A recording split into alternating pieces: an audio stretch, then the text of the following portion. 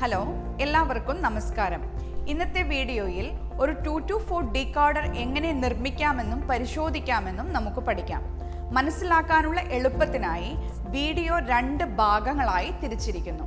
ഭാഗം 1-ൽ IC7408, IC7404 എന്നിവയുടെ പിന്നുകളുടെ വിശദാംശങ്ങളും പിൻ നമ്പറുകൾ എങ്ങനെ തിരിച്ചറിയാമെന്നും ബ്രെഡ് ബോർഡിൽ ഐസികൾ എങ്ങനെ ഫിക്സ് ചെയ്യാമെന്നും പഠിക്കാം. ശേഷം ഭാഗം 2-ൽ ഒബ്ജക്റ്റീവിന്റെ അടുത്ത ഭാഗം പൂർത്തീകരിക്കാം. ഈ വീഡിയോയുടെ അവസാനം ഒരു 2 to 4 ഡീകോഡർ നിർമ്മിക്കുകയും ടെസ്റ്റ് ചെയ്യുകയും ട്രൂത്ത് ടേബിൾ പരിശോധിക്കുകയും ചെയ്യാൻ നിങ്ങൾ പ്രാപ്തരാകും. ഈ പ്രാക്ടിക്കൽ ചെയ്യുന്നതിന് ആവശ്യമായ ടൂളുകളും എക്യുപ്മെന്റുകളും മെറ്റീരിയലുകളും ശേഖരിക്കാം.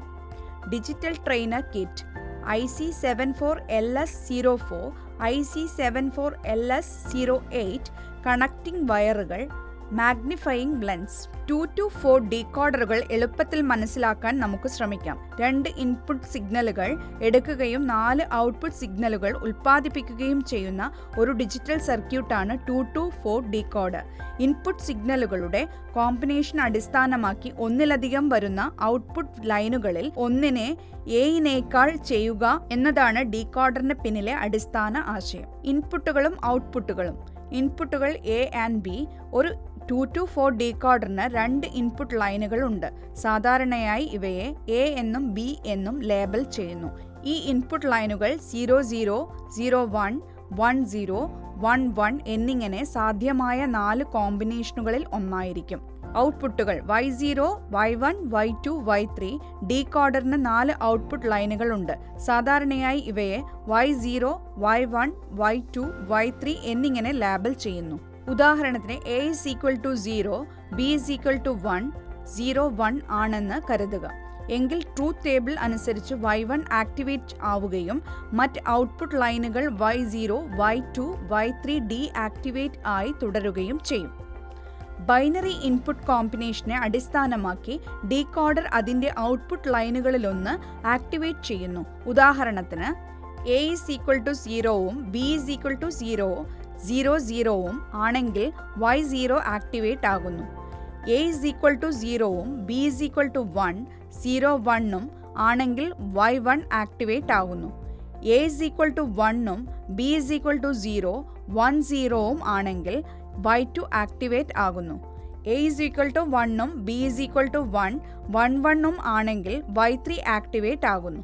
IC74LS08, IC74LS04 എന്നിവയുടെ പിന്നുകളുടെ വിശദാംശങ്ങളെപ്പറ്റി നമുക്ക് ചർച്ച ചെയ്യാം. IC74LS08 ഒരു കോഡ് 2 ഇൻപുട്ട് ആൻഡ് ഗേറ്റ് ആണ്.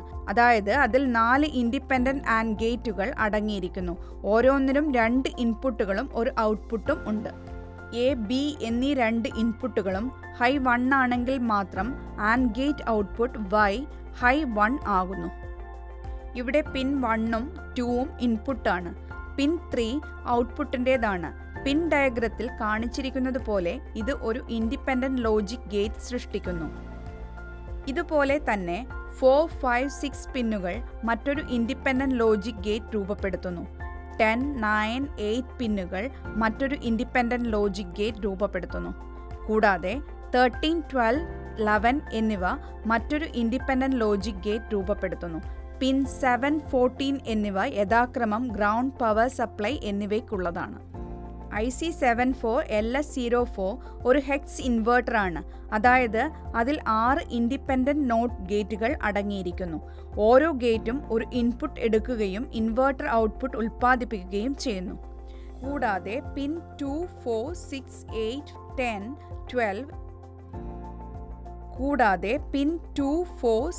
8, 10, 12 എന്നിവ യഥാക്രമം ഇൻപുട്ട് പിന്നുകളുടെ ഇൻവെർട്ടഡ് ഔട്ട്പുട്ടുകളാണ്.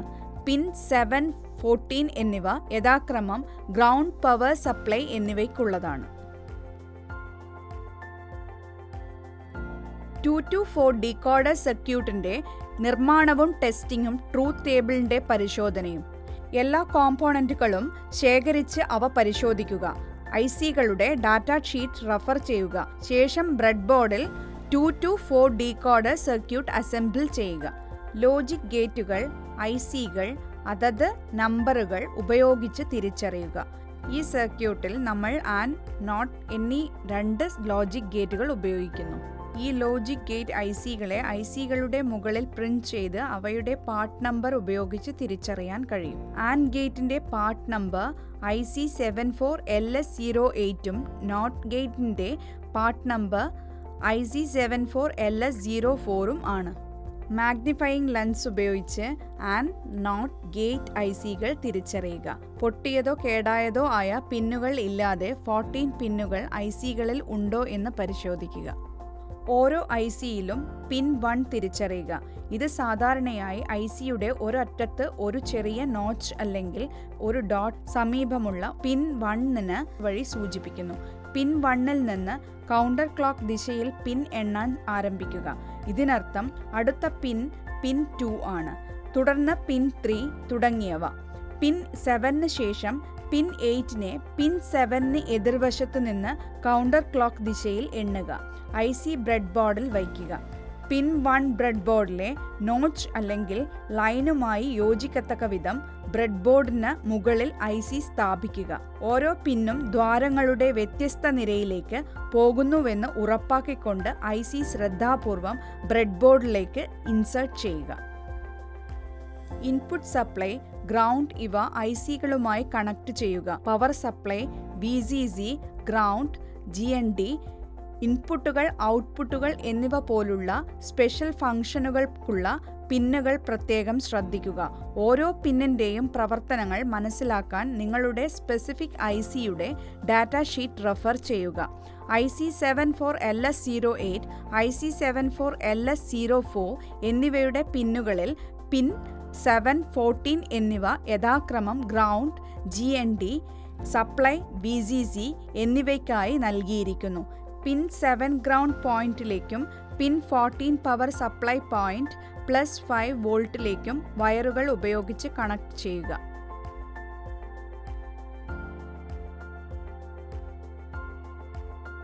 ഈ വീഡിയോയിൽ IC7408, IC7404 ഇവയുടെ പിൻ വിശദാംശങ്ങളും പിൻ നമ്പറുകൾ തിരിച്ചറിയാനും ബ്രെഡ് ബോർഡിൽ ഐസികൾ എങ്ങനെ ഫിക്സ് ചെയ്യാമെന്നും നമ്മൾ ചർച്ച ചെയ്തു.